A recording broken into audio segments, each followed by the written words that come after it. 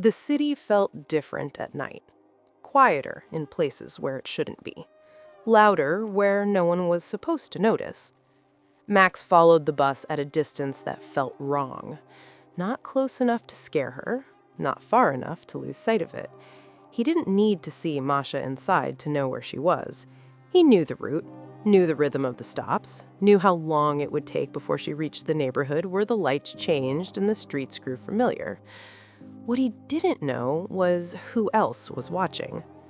The motorcycle stayed behind the bus. Same distance, same pace, no rush. That was the part that bothered him. People who follow in a hurry make mistakes. People who take their time usually don't. He adjusted his grip on the handlebars. The night air cut against his face, sharp and cold, but his body stayed warm, alert, focused. 5 minutes passed, then 6, then 7. Still there. The bus turned. The motorcycle followed. Max followed both.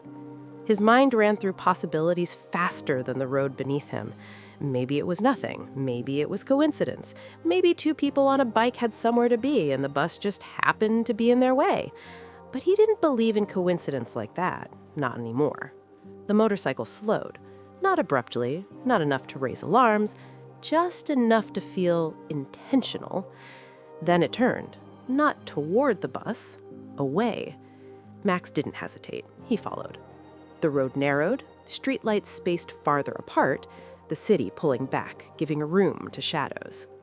They led him straight into a gas station on the corner of an almost empty intersection.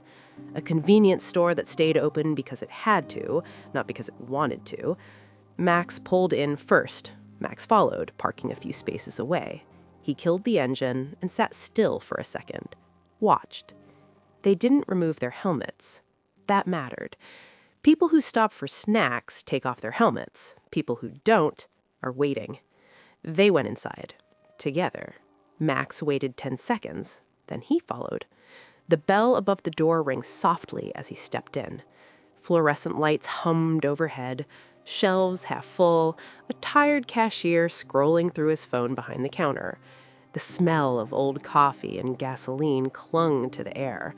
Max positioned himself near the refrigerators, pretending to browse. Water, energy drinks, nothing he actually wanted. He kept his eyes moving without staring. White shirts, black jackets, dark jeans, black helmets still on.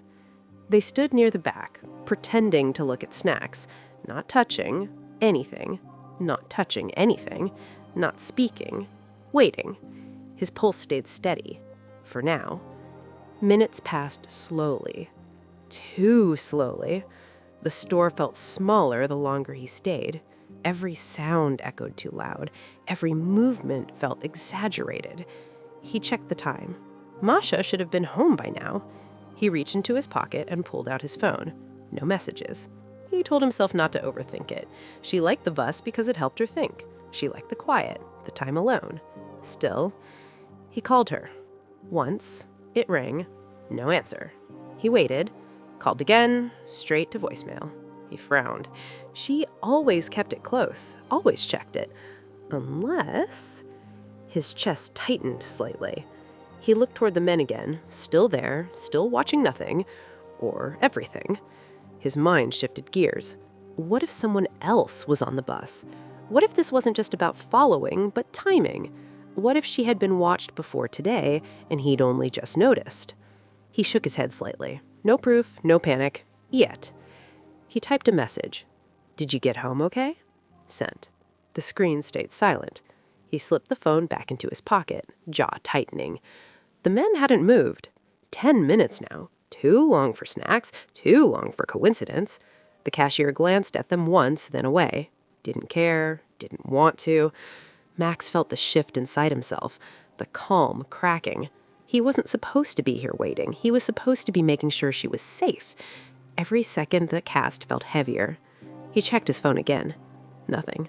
A thought surfaced, unwelcome and sharp. What if she's not answering because she can't? His breathing changed, shallower, faster. He stepped away from the fridge and moved toward the door. Enough. If she was home, she'd answer soon. If she wasn't, then waiting here was a mistake. His hand touched the door handle. His phone vibrated. He froze. A message. From Masha. I'm home. I'm okay. Sorry. Phone was on silent. Relief hit him so fast it almost made him dizzy. He exhaled. A smile pulled at his lips without permission. He typed back, I'm glad. I'll call you later. He pushed the door open. The bell rang. He stepped outside. The night felt lighter, safer. That's when it happened. He never saw the fist, only felt the impact, a sharp, blinding pain at the back of his head. The world tilted. The ground rushed up to meet him. His phone slipped from his hand, clattering against the concrete. For a fraction of a second, he thought of Masha. Then everything went dark.